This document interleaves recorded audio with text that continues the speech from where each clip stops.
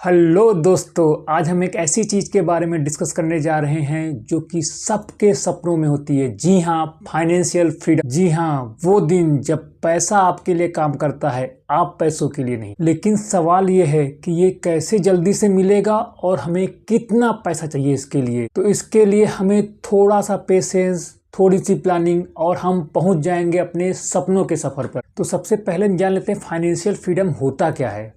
Financial freedom वो है कि जब हमें अपने डेली यूज के खर्चों के लिए, अपने मंथली खर्चों के लिए एक्टिवली काम करने की ज़रूरत नहीं पड़े।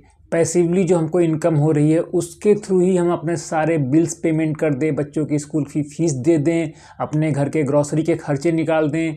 तो ये सारे जो खर्चे हैं, ये सारे खर्चे जब हमको हमारे पैसिव इनकम से मीट होना शुरू हो जाते हैं, उस स्टेज को हम लोग बोलते हैं फाइनेंशियल फ्रीडम। अब आता है बात कि हमें फाइनेंशियल फ्रीडम के लिए कितना पैसा चाहिए। कुछ फिगर होगा ना, उस फिगर के अकॉर्डिंगली कितना पैसा होना चाहिए।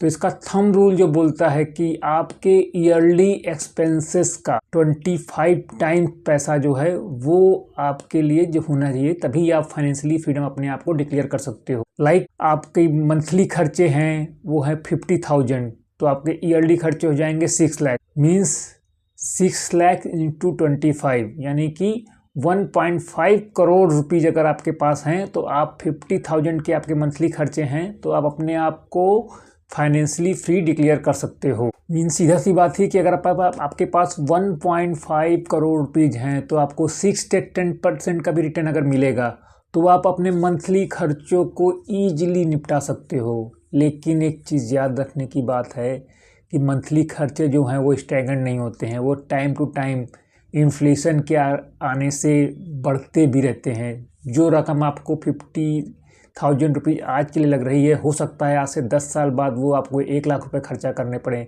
तो आपका जो फिगर है वो उसके अकॉर्डिंगली आपको एडजस्ट करना है। अब बात आती है कि हम इस स्टेज को जल्द से जल्द कैसे प्राप्त करें, क्योंकि सभी लोग 9 to 5 जॉब से तो कहीं ना कहीं परेशान हैं, तभी वो लोग फाइनेंशियल फ्रीडम के बारे में सोच भी रहे हैं। अगर वो वाकई में इस जॉब को लाइक कर रहे होते तो वो कंटिन्यू करते, वो इसके बारे में ज़्यादा सोचते ही नहीं।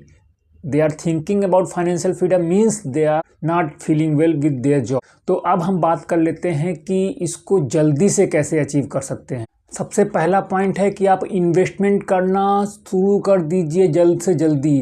Start early and start aggressively. इसका मतलब है कि जो भी आप सेविंग कर रहे हैं उसको आप तुरंत शुरू करिए और हो सके तो जितना अमाउंट आप बढ़ा सकें, 20% की जगह 30% अभी अगर इन्वेस्टमेंट कर सकते हैं तो दैट इज़ वेरी गुड।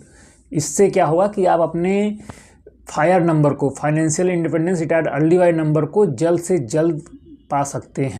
दूसरा है कि मल्टीपल सोर्स ऑफ इनकम आपको डेवलप करने हैं। सिर्फ एक सोर्स ऑफ इनकम अपनी सैलरी के बस पे आप करेंगे तो आपको काफ़ी टाइम लग जाएगा।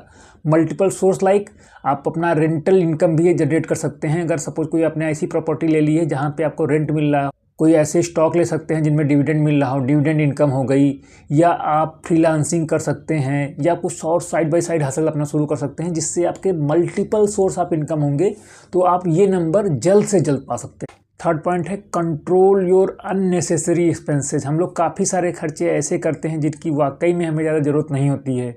हम सिर्फ मॉल में जाते हैं, अंदर बस कोई भी चीज़ खरीद लेते हैं।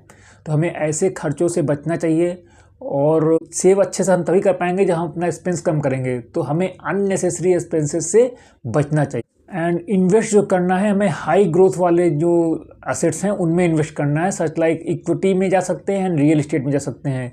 ये दोनों असेट क्लास जो हैं काफ़ी हाई ग्रोथ असेट क्लास हैं, तो हम इनमें इन्वेस्ट करके भी अपने ये नंबर को जल्द से जल्द पा सकते हैं। तो ये सब पॉइंट तो हो गए। अब हम लोग बात जनरल वे में कर लेते हैं कि वाकई में क्या क्या चीज़ें हैं जिनके कारण हम फाइनेंशियल फ्रीडम जल्दी से नहीं पा रहे हैं। तो एक ये है कि हमें अपनी सोसाइटी के अकॉर्डिंगली हर चीज़ कॉपी नहीं करनी है। हमारे आस पड़ोस वाले के पास कार है तो हमें भी कार नहीं ले लेनी है। एक कार ले लेंगे, आप वाकई में पहले एनालाइज करिए कि वो कार आपको ज़रूरत है कि नहीं।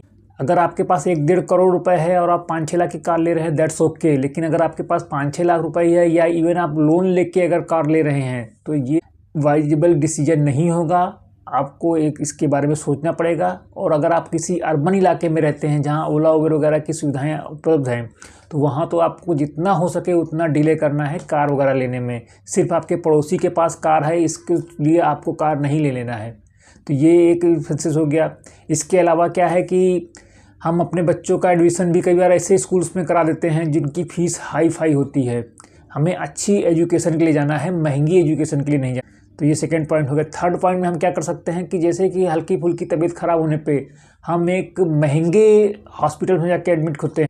महंगे हॉस्पिटल्स का मतलब कहीं नहीं है कि अच्छा इलाज होगा। आप अच्छे इलाज के लिए जाना है, अच्छे हॉस्पिटल जाना है, ना कि महंगे हॉस्पिटल में जाना।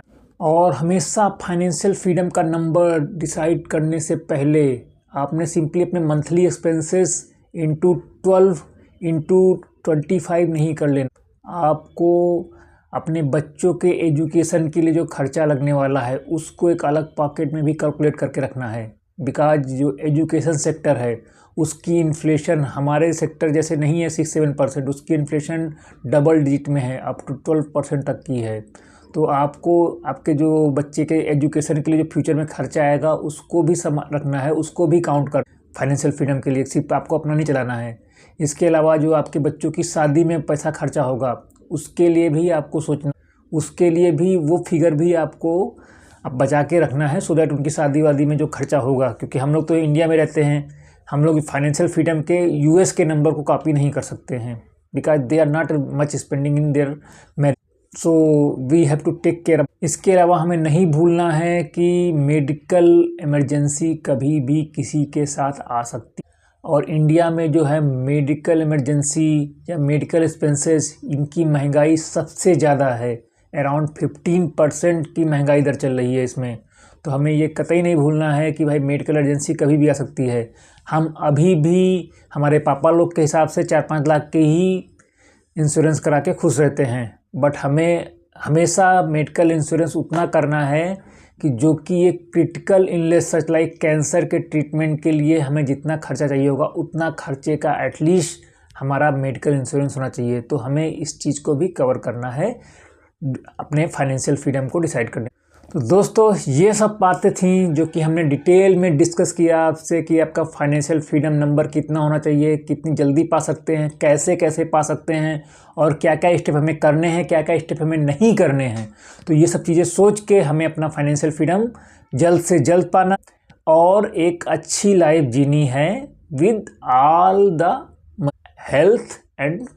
तो आशा करता हूँ कि आपको ये द्वारा जानकारी दी गई से इससे आपको हेल्प मिलेगी। आप अभी तक हमारे वीडियो पे हैं, इसके लिए थैंक्स। आप ये वीडियो अपने दोस्तों से शेयर करें, ask them to subscribe us. Thanks.